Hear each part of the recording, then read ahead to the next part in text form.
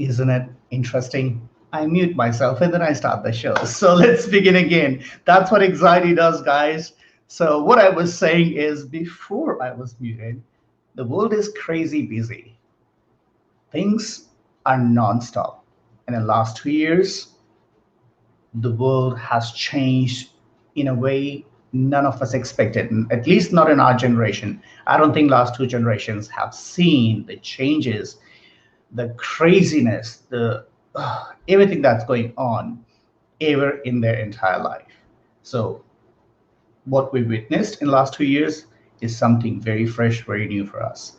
With that came anxiety, stress, overwhelm, fear, uncertainty, not knowing where exactly are we going. And not everybody can cope with such a huge change as easily as some others can. But let's think about a situation where none of this is happening. There are no pandemics, there are no such incredibly scary changes, and yet your life gets stopped because of anxiety, because of some fears, because of an overwhelm that you were not ready for, that you were not expecting in your life. And that's what we're talking about today. I'm Sebastian Ane, the almost naked CEO. I'm here because I care and because I give a damn to build each other up, to dream big and make it happen. And let's start the show. Today's guest was a very active, successful person living a normal life. Again, I question the word normal, but that's another topic. And active, doing everything else, you know, social, involved, without any hiccups. And suddenly, one day, something changes. Anxiety takes over, changes their entire world. How do you start a life again once you feel like you have been imprisoned in your own anxiety and you feel like you can never leave your home, you can never leave your room? Is there a way we can get out of it? Is there a way we can actually resume life after such an incident? How does it happen? How do we do it? And how do we achieve impenetrable joy? That's what we're talking about. And let me introduce you to my guest, Erin Mac. Hey, Erin, how you going? Good. Thank you so much for having me. I'm excited to be here. I am absolutely honored to have you. And, this is not our first conversation about this. We've had a couple of other podcasts as well. So I know you're the best person to talk about anxiety, given just 3 days ago, Erin, I was anxious. I was so anxious out of nowhere. I was working, I was sitting there writing my notes, and suddenly I feel this overwhelm and I think, oh my God, what's wrong with me? And some of the things that I've learned from you actually helped me come back into my control and think, okay, I'll be okay, I'll be fine. So let's talk about a little bit, who is Erin Mac? Who have you been? In fact, before everything changed for you, what did you do? If you don't mind giving us a little bit of your background. Sure. Yeah. So, initially, when my story starts, I was a special ed teacher in the San Francisco Bay Area. And then I moved to Hawaii and I started a business that I had for 18 years that I sold a few years back. And now I am a coach, author, and I help people overcome things like anxiety, stress, overwhelm, worry, so that they can enjoy their life starting now, not waiting until all the things. Thank you. So, why did you choose to help people with anxiety and overwhelm? I mean, I know there's a personal story, but that's a very specific field, specific problem to help people with. What made you choose that particular path? Well, I chose it because I had an anxiety disorder. And interestingly enough, it was brought about by talk therapy. And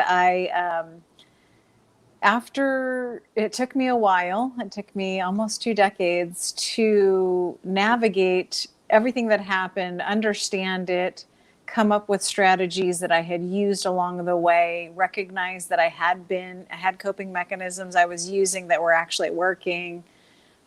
So it was kind of almost a 2-decade journey to this spot here, but it started with an anxiety disorder, and it was so bad that it held me up in my home for nearly a year, nearly unable to go outside except to get, necessities, groceries, and go to my counselor.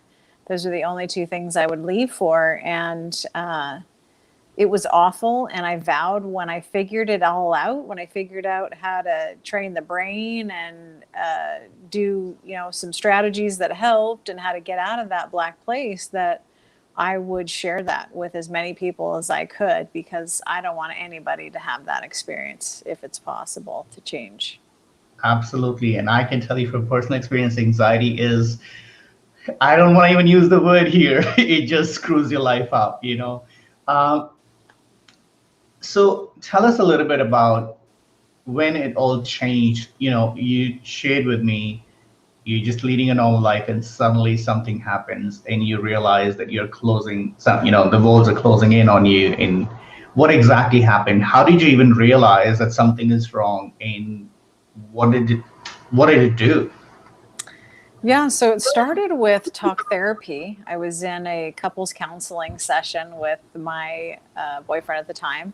And I had a panic attack in the session, and I'd never had one before. And this was, dating myself, but I think this was in the late 90s. And so anxiety wasn't normal to talk about it. It wasn't really even a thing, but she recognized right away that I was in some sort of turmoil. And she said, asked me what was going on. And I told her, and she said, yeah, you're having a panic attack. And I thought, I've never had one of these before. This is awful. And so from there, she'd asked if I wanted to do some individual counseling, and I agreed to. And through telling my trauma story over and over again, I created the anxiety disorder to basically not feel the feelings that were involved with the trauma we were talking about. And at the time, of course, I didn't understand that. And I think likely she didn't understand that. But what I know about the subconscious mind now, that I've been studying it for so long, is that it's really just interested in survival. And so if you try to introduce new things, it does whatever it needs to keep status quo. And so I recognized, as I was heavy into the anxiety, I kept thinking at some point, after I reached the pinnacle, like there wasn't any more anxiety, like my life just kept getting narrower and narrower in terms of what I was willing to do, because I was having panic attacks everywhere I went, and they were coming closer together and happening more often. And I realized at the pinnacle of the amount of anxiety I was going to experience that there was nothing on the other side of it. And this blew my mind, because I thought I would find, some latent story that I had, blocked out, or that there was going to be some huge aha moment in terms of, something that led to this experience. And the aha was that there was nothing on the other side. So then my mind was reeling. What's happening here? Like, why isn't there anything on the other side? And the reason is because we take things like anxiety and we use them as a defense mechanism so that we don't have to feel the emotions that are actually troubling us. And, we do these sorts of things all the time, and they seem fairly harmless, like, having a glass of wine or several drinks every night, and or doing drugs, or being overly busy, or, all the things that we do to not experience the emotions. And it's not our fault. We've been trained, we've been conditioned to not. Exactly. That's what I was going to say. The social construct tells us to live in a life of hustle. It's nonstop. It's go, go, go, go, go. There is no break. You switch from one role to another. You switch from one room to another, and your role changes, and you're performing this duty. Now you're performing this duty, and it's nonstop. And I personally feel it because I thought I had a very balanced life. I thought everything was good. And suddenly, here's the interesting part that I found. I can't compare with your experience, but I would have so many ideas. I am a creative person, and I would think about, okay, when I, get out of my bed, this is what I'm going to do. This is what I'm going to do. But there was a day when I realized the moment I sat down at my desk, all those ideas, all that creativity, every single day I started freezing. My mind would go blank. I had no idea what to do. And there was this sudden urge, not even urge, a sudden overwhelm that made me feel like, oh my God, what's going on? I don't know what to do. I had a long list of to-dos, as you said. We're constantly moving and doing, but yet I'm sitting there and I don't know what to do. I have no idea where to start. So I think that's one of the things I want to talk about. We do create the social construct as well as ourselves. We do create this prison of anxiety and overwhelm for ourselves. Um, why do you think that we get into that situation that despite being so professional, organized, and everything, we find ourselves into that overwhelm and that blankness all of a sudden? I mean, oh my gosh, there's so many things to talk about. But the thing that I want to say is, in terms of, why do we get overwhelmed? One of the things I want to say is any low level experience, that's anything that doesn't feel good, stress, anxiety, fear, overwhelm, all of that is an attempt to control people or circumstances to show up how we want. When I work with people, what I help them do is recognize how powerful you are. So most people take a stance of victim, right? So this person said something and now I'm upset, or this outcome happened this way and now I'm upset.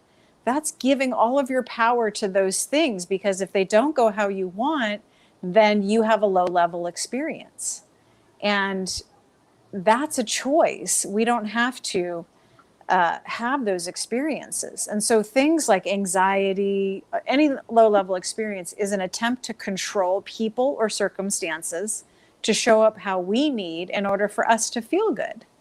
And Right. simultaneously, there's something going on behind the scenes saying, wait, this isn't working. I can't Right. control these people and these things. And so the combination of the two can be very debilitating when you think, oh, yeah, from a young age, we're trained to seek solutions externally, right? So that you don't have to have these experiences over and over again. And unfortunately, low level experiences like anxiety and all these not feeling good emotions, they are not situational. We've been taught they're situational, so it's seek an external solution for this one thing. And sometimes Right. that works as a band-aid for a little while. Unfortunately, these things live inside of us. And so when these incidences happen where we don't feel good, that's telling us, there's work to be done inside, not that person made me feel this way, so they're at fault for making me feel this way. It becomes personal responsibility. That person said this thing. What's going on inside of me? Where can I Right. heal? And so And that's a very different stance. absolutely. And that's where the question comes, what needs to change? What needs to change individually and in our society to kind of overcome this culture of, number one, this social construct where you need to be on the go all the time. You need to have these long, hustles and to-do lists and achievement and accomplishments. Otherwise, you're a failure. So, what needs to change to actually counter the situation? Um, Part of the issue is that we've been taught that happiness comes from external things, the house, the car, the relationship, all these things. And actually, happiness, maybe you have some happiness for that, but happiness is short lived. It's external. It has, you get the new car, it's exciting for a week, a month, a year, and then it's just a vehicle to get you from A to B. Joy, which I believe is what we're out to seek, is very different. That is, it has the excitement of happiness, but it has all these other nuances that are so much more rich than that. Because our experience here is not changed by the things, it's changed by the relationships. And so I think when we're on our deathbed, we're not thinking, I wish I'd worked more, I wish I'd amassed more things, I wish I had more money. I think we're thinking, I wish I'd taken advantage of having deeper, meaningful relationships with people in general, but most specifically the people that we love. And so when we recognize that that's end game, then we don't have to be bothered with rushing around and this needs to happen this quickly and all these things, because that's just another way to band-aid up our emotions. That's maybe the most recent obvious way that we use to not experience this life. And true Absolutely. freedom in this life happens in the present moment. And if you're rushing around doing all the things, you're not present. Exactly, that's what's happening. I was reading somewhere, and this is, somebody raised that we have all these founders under 40, CEOs under 40, achievements under 30. So the social construct is constantly telling us, if you don't achieve this much by this date, by this age of your life, you haven't done enough. You haven't, you're not successful. You shouldn't be happy. You should be stressed about it because you failed.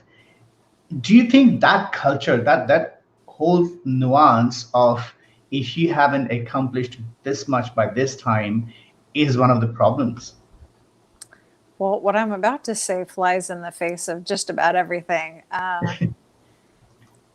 I want, if nothing else is heard today from this broadcast, I want people to hear this. You need do nothing to have value. And I mean nothing. Your mere existence is enough. You have value because you exist. You're a beautiful human with kindness and love and all these things to express and share uniquely from you. That is enough. Discovering that in yourself is the most important thing, and healing from this idea that we don't have value. I don't even set goals anymore. I'm like, because goals are like some sort of certificate, or they've been a badge of honor somehow for me for many, many years. And the reality is they are the happiness thing, not the joy thing. Yes, have goals, do things, strive for things. That's wonderful. But understand that true joy is not in the goal achievement. It's not in the certificate. It's not in the trophy. It's not in the accolades or when people say nice things about you or whatever you're doing. Like, none of that has true meaning. What's meaningful is when you recognize that you have value for you, that you are a beautiful human for you. And when that happens, the craziest thing happens. People start telling you all these things like, you're so amazing, you do all these things. And guess what it means to you? Absolutely nothing. I love that. The takeaway for me is, don't make goals your prison. Make it a journey, make it an experience, and make it something to be excited about, not something that actually imprisons you into a fear. Same thing, that you haven't achieved this much by this time. And instead of being happy, you're actually stealing away all the joy possibly you can have in your life. I want to take a couple of comments that have just come in. Nicole says, power in the now for sure. And High Tech Mother says, powerful message, Erin. Thank you for this clarity. There you go. So, people do Nice. align with that. And that's what it is. It is about we're too focused on the destination rather than enjoying the journey, the experience that we are in right now. Yeah, so And that's the other thing I'd love to say is, these low level experiences that we've been talking about, those are trying to conceptualize a future that doesn't even happen. And so when you're not right, feeling good, that's your clue. You are deciding a future and living out that future before it's even happened. And intellectually, we understand that doesn't make sense. And unfortunately, that's what we're taught, is to, it's that troubleshooting. It's that looking for outside of ourselves the solution when all the solutions are inside of us. And the thing is when you start to master these recognition of, I'm living in the future, I'm future tripping, I'm conceptualizing a future that's not even going to happen, then you have real freedom, because then you're not beholden to this future that you think is going to happen. That's where worry comes from. Oh my gosh, this is going to happen, then that's going to happen. And 99% of the time, none of that happens. And yet we don't go back and go, wait, something was faulty there. And we focus on the regret, we focus on the non-achievement, we focus on we haven't been able to do this, and then we go into this guilt mode that again, to me, it all goes back to the social construct. And instead of living a life intentionally, we'll live a life in an autopilot and trying to fit into a box. So here's the question that comes: how do we achieve the impenetrable joy? Yeah, so impenetrable joy is no longer being beholden to people or circumstances to show up how we need them to in order for us to feel good.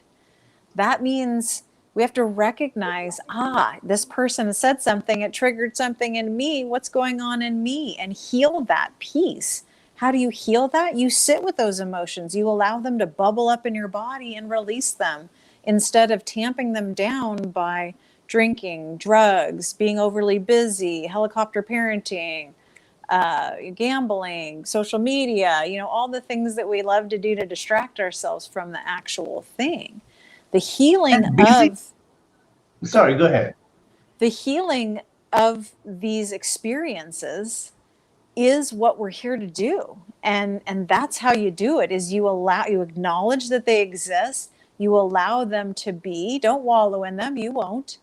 And then as you do that over and over again, they begin to heal, and you're no longer triggered by what that person said or that outcome that didn't show up how you wanted. Absolutely. And one of the drugs today is being busy, looking busy, being nonstop. So many people I hear, what are you doing? I'm busy, I'm busy, I'm busy, I'm busy. And yet, here's the key thing. So many people say, I'm busy, but I'm not getting anything done. They're busy, but they're not productive. They're not happy with the busyness. They're not happy. And most of these people are in a career of their choice, or at least they think they are. So that addiction of being busy, yet not being able to do anything, I think that's another killer of joy, because at the end of the day, if you're so busy and you're not achieving what you wanted to, you're not going to feel happy. So how do we understand and, move ourselves from that culture of being busy, unproductive, unhappy, towards still feeling like we've accomplished something in life and we're okay? What strategies would you give to anybody who's in that place? Well, first, I'd like to say that it's possible to enjoy your life now. You need not wait until you have all of the things that you were told or sold the bill of goods on. Once you have these things, you've arrived. Because I'll tell you, I worked with the ultra rich, a lot of the products that y'all use. I worked with these people, and guess what? They're just as miserable. They can do whatever they want. They have all the money in the world. They can literally dictate all of their time. And what do? They're in misery too. And so, I'm not saying don't be successful in terms of, having money. Like, money is great. It's just a tool, just like anything else.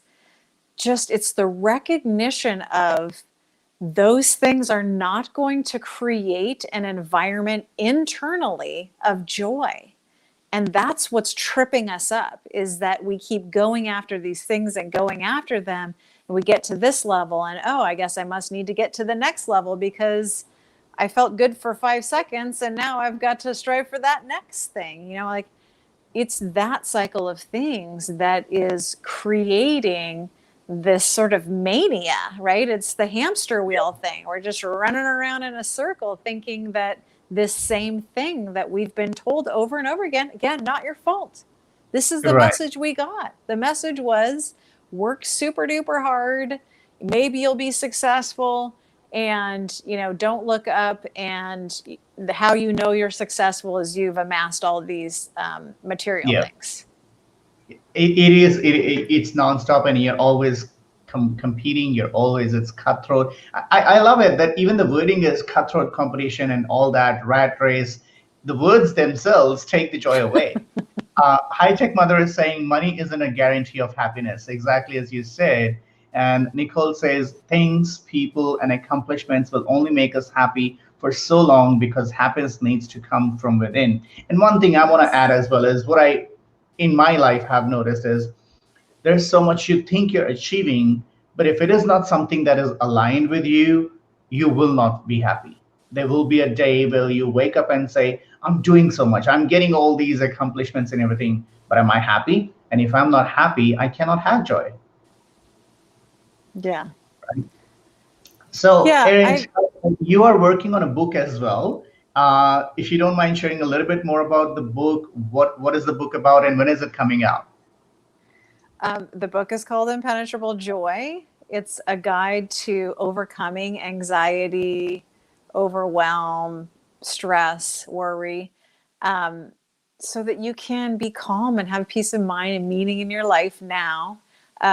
It should be available on Amazon in the next couple of weeks. Um, you know, Fingers crossed, or it'll be up there when it's supposed to be there, is how I look at it. That's what I love. That is exactly what I love. Not rushing yourself, just doing the best you can, and that's what it is. Making the process enjoyable, not a stress. Yes. And well, there you go. You already have a guaranteed buyer. High Tech Mother says, "I just love the phrase impenetrable joy. I will buy it." So there you Awesome. go. You already got a pre-order. So Woo. in this book, of course, we're talking about joy. You're talking about the things we're doing. What is the biggest problem? What is the biggest challenge that you're addressing in this book for the audience?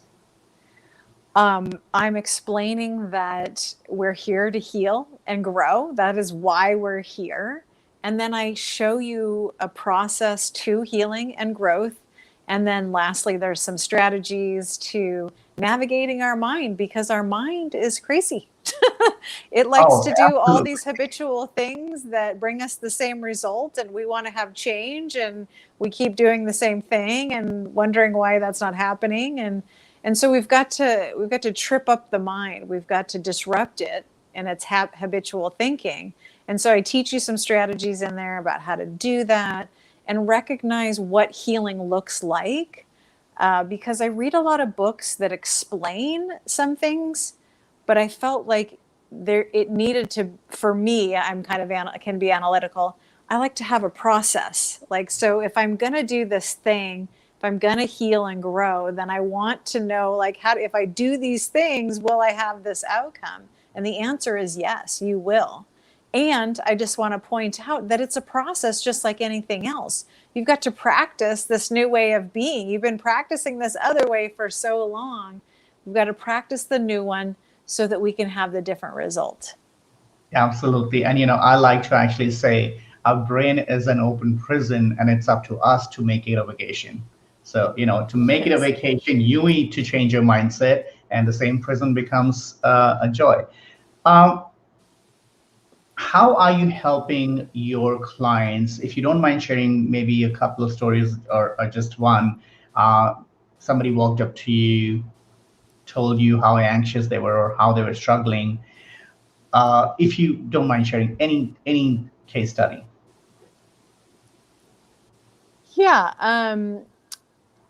I think that, gosh, there's so many case studies. Let's see. So oftentimes, of course, people come to me when they're in crisis. And I want to just tell you, you need not be in crisis to come and see somebody. It doesn't have to be me, but somebody. Um, and and we're kind of that way as humans, right? So it's like I can navigate this day. So I got through that day. It was awful, but maybe today will be different. And we're that resilient that way. And it doesn't need to. You don't have to be that resilient. Like, I think most people are just working too hard in their life, right? So when Oh clients yeah. come to me, they're typically in crisis, and the crisis can look like all kinds of things: losing a spouse, having cancer, just overwhelmed by their business. and walking them through the process of what healing looks like and understanding some of the concepts that we've talked about, which are, taking personal responsibility versus blaming others or, becoming a victim, is one of the foundational pieces that I teach. And then from there, people start to understand, like concepts like projection, like what is it like when, somebody's telling you something and it doesn't feel good? Yeah, that's an opportunity to look inside, but it's also an opportunity for you to see that we can only understand our stance, from our experiences, from our past. And when people are giving you feedback that doesn't feel good, it's an opportunity to look inside, but it's also an opportunity to understand that they have hurts too. And that's the thing, is we're like bumping around in this world and we're so connected and we're so much more alike than different. And yet we're constantly trying to find division and differences and all these things. And Yeah. the sweet spot that I find my clients figure out is that they get to look at this life from a place of spectator, versus being on the roller coaster ride. Oh my gosh, this thing happened and then that thing Trying happened. to cope with everything that's going on. Yeah, they get to like take a step back and go, I Yeah. remember that thing Erin said about being the spectator. I Yeah. remember that person is likely projecting on me. I'm going to look inside and see where I can do some healing, but also recognize that just because somebody's not happy with who I am or how I'm showing up, that shouldn't mean anything to me, because the love of your life is you. That's what you should be after, is healing all of that so that you can fully become yourself, the deepest essence of yourself, and bring to this world only the gift that you can bring. That's what we're here to do. And Exactly. if we don't And, heal those things, then it's hard for us to be compassionate of others if we can't even be compassionate to ourselves. And so that's the work. As we say, kindness begins from within. And Heidegger Mother says, yeah, we wait too long, and that's it. We wait just far too long for everything, to get the right help and everything. So don't wait for people. Wait for a crisis to happen before you get professional help or a guide or a coach. Get somebody to be with you on your side, guide you through the process, because life is a journey. There's always going to be something. So, find something. Thank you so much, Erin. Just in the closing, what's one message you have for all these hustlers and go-getters and fighters? How can they find the impenetrable joy? I think when we recognize that we're the ones that are bringing the obstacles, then we can start to go, oh, okay. So I was hustling because I thought I needed to have this thing and all of the other things on this date, pushing ourselves. When we realize that we're the ones that are doing that and there's not an external source doing that, then we can start to go, okay, I can prioritize from that place. And the priority should be enjoying your life now. And I am 100% serious about that. Because if you are spending your life, if the predominant experience you are having is not one of joy, then please seek, because it's possible to be in joy. Am I saying no challenges? Of course there's going to be challenges, but we can look at them very differently. We can experience them very differently. And that's the only thing that we can control. All these other things we're trying to control are not controllable, but we can control our emotional experience. And that's the ticket to freedom. Thank you so much. And I know we're running out of time, but please stay there in the green room for a second. I will be with you in just one moment. I just want to wrap it up. Thank you so much for doing this. And, we're going to do another show very soon and we'll discuss more of it. So thank you again for your incredible message. And it's time for us to find the impenetrable joy. Thank you. It's a pleasure. So guys, that's it. Stressing all the time to achieve, be a go-getter, cutthroat competitions, all that is not going to bring joy unless you learn to bring the joy in your mindset, unless you learn to heal yourself, unless you learn to take care of yourself and be kind to yourself first.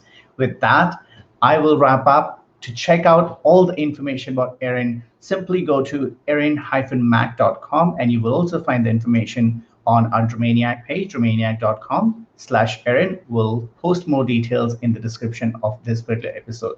Thank you so much for tuning in, and we'll see you next time. Until next, dream big and make it happen.